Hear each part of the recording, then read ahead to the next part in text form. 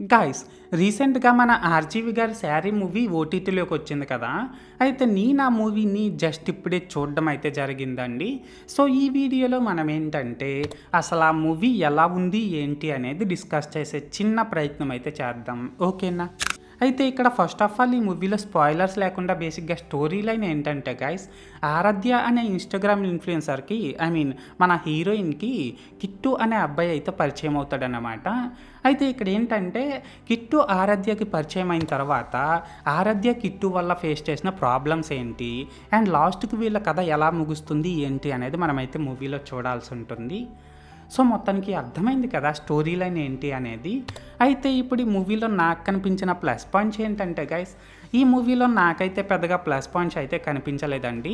Just ఒకటి రెండే కనిపించాయి. అవేంటంటే, ఈ మూవీలో అన్నోన్ పర్సన్స్‌తో అమ్మాయిలు సోషల్ మీడియాలో పరిచయాలు పెంచుకోవడం వల్ల వాళ్ళు ఫ్యూచర్‌లో ఎలాంటి ప్రాబ్లమ్స్‌ని ఫేస్ చేయాల్సి ఉంటుంది అనే పాయింట్‌ని చాలా క్లియర్‌గా చూపించాలి అని అయితే ట్రై చేశారండి. సో, అదైతే నాకు చాలా బాగా నచ్చింది.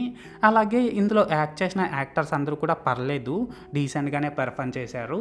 అండ్ ఇందులోని సాంగ్సు, సినిమాటోగ్రఫీ ఈ 2 కూడా పర్లేదు, స్టోరీకి తగ్గట్టు డీసెంట్‌గానే ఉన్నాయి.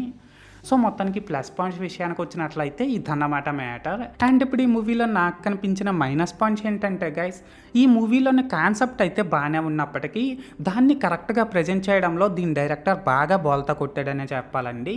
అలాగే ఇందులో హీరోయిన్‌ని ఆరాధ్యని ఓన్లీ ఎక్స్‌పోజింగ్ కోసం మాత్రమే కాకుండా తన క్యారెక్టర్‌ని ఇంకొంచెం స్ట్రాంగ్‌గా ప్రెజెంట్ చేసుంటే బాగుండేదేమో అని అయితే నాకు అనిపించింది.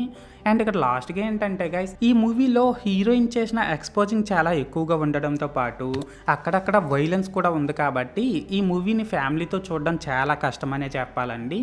సో, మొత్తానికి ఇదన్నమాట మ్యాటర్. అయితే ఇక్కడ ఓవరాల్‌గా ఏంటంటే గైస్, ఈ 'శారీ' మూవీ బాగుందా బాలేదనేసి అంటే నిజం చెప్తున్నా నాకైతే అస్సలు నచ్చలేదండి. అండ్ నేను ఈ మూవీకి 5కి 1.5 రేటింగ్ ఇస్తున్నా. సో, మీరు కూడా ఒకవేళ ముందే ఈ మూవీని చూసినట్లయితే మీరు ఈ మూవీకి ఎంత రేటింగ్ ఇస్తారో అది కామెంట్ సెక్షన్‌లో చెప్పేయండి. ఓకేనా? This is Lokesh signing out. జై హింద్.